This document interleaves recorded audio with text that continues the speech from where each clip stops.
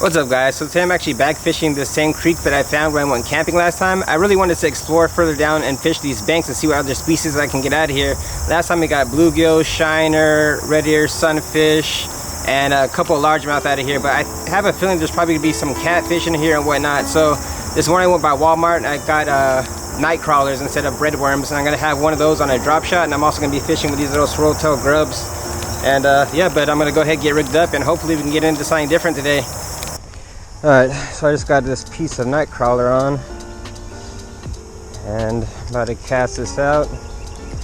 Let us hit the bottom. What I don't want to have happen is a whole bunch of small fish start pecking at it, but I don't know if there's anything I could do to prevent that.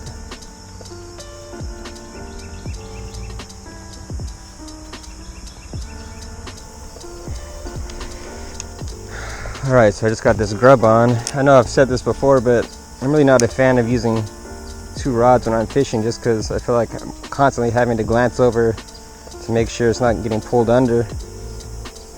I do need to buy a rod holder soon too. Oop. So probably gonna end up changing the jig head on this to a little bit larger jig head, just so this sinks a little bit faster and I can work a little bit lower in the water column. Probably about to do that within the next few casts. Yeah, because this is sinking super slow. Which, depending on the circumstances, might not be a bad thing, but it's been getting a little bit cooler out, so I'm assuming that the fish are a little bit deeper. Oh, fish on. First fish. Oh, got a little fight to him. Oh, nice. All right, just got fish number one. Nice size warmouth. Don't get many of these very often, so definitely a welcome surprise, but let's get him back.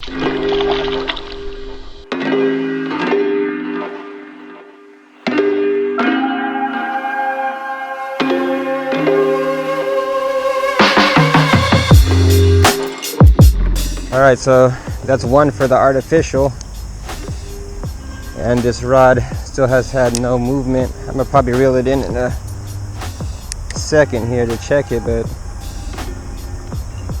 rod tip hasn't twitched or anything. So many little gnats. Definitely annoying.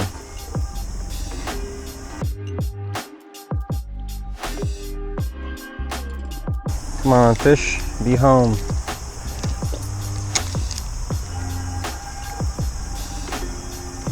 Oh, getting hit. There we go. Oh, it came off. Shoot.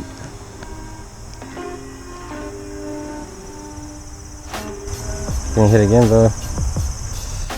There we go. And alright, just got fish number two. Looks like it might be another warmouth. Has a leech inside of his mouth. And he also has some type of disease right here. But I have to get the pliers. I might end up having to save him for cut bait.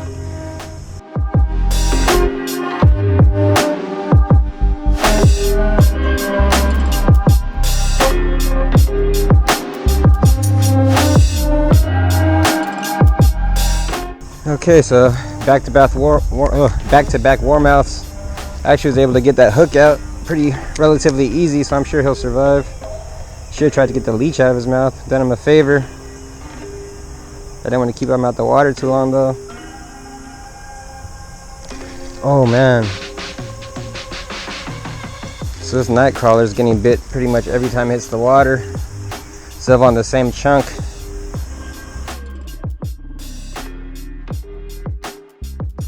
I'm gonna go fish under this overpass real quick. Nothing has taken the worm yet since I let it sit for a while.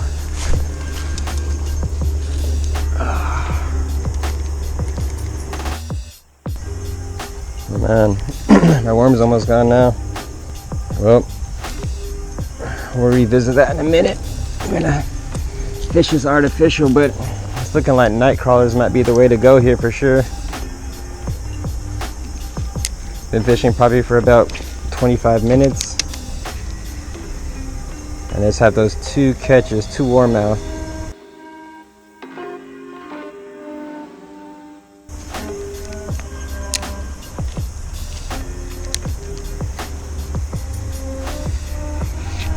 Oh, there we go, fish on. And all right, 3rd warmouth, 3rd fish. It's crazy. This used to be such a super rare catch for me. This and rock bass, but maybe this is where they live.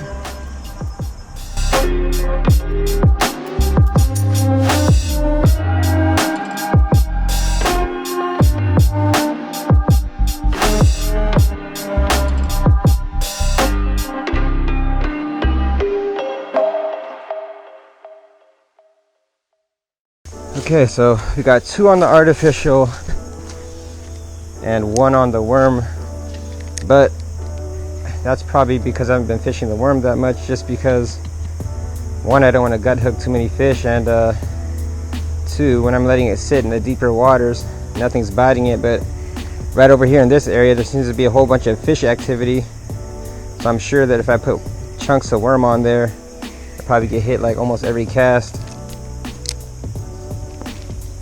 I could test that theory, but we'll see. We'll see if I need to. But we could add that species for here.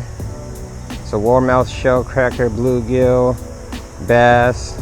I'm sure there's probably redbreast and green sunfish in here too. The usual suspects, but gotta find them.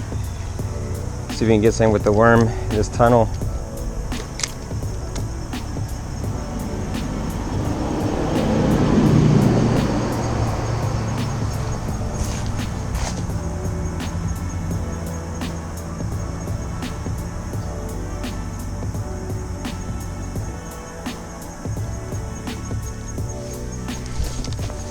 Oh, fish on.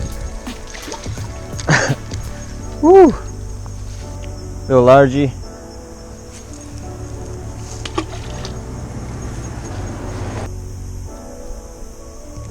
There we go. Stay down. And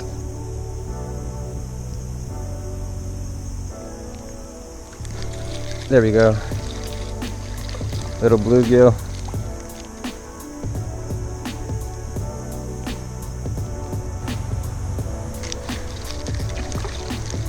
And tiny shellcracker.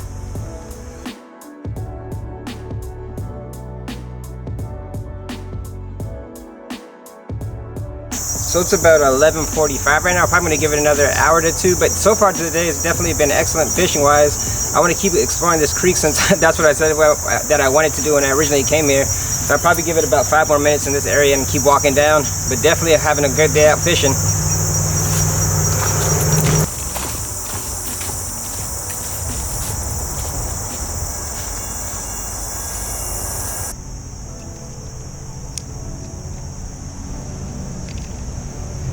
Wow. Almost cat. Oh, fish. Oh, wow. I cast almost into the tree, and I was just about to say something about that. And this largemouth hit.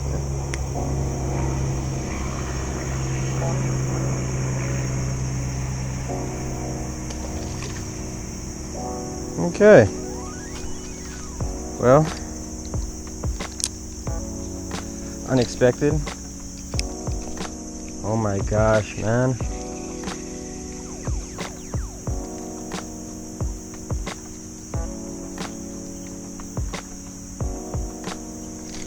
There we go.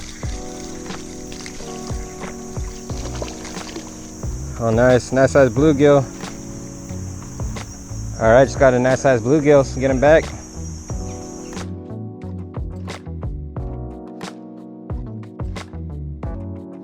Okay, so I'm gonna keep using this worm for a little bit, and when I move back down, I'll put back, or I'll start fishing that curly tail grub again.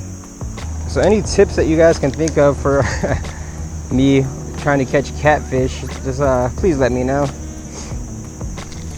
I don't know if I should just use one of these fish I'm catching as cut bait, or oh, redbreast, nice. All right, another species for here.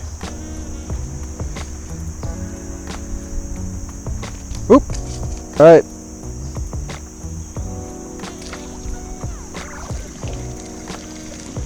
And shell cracker.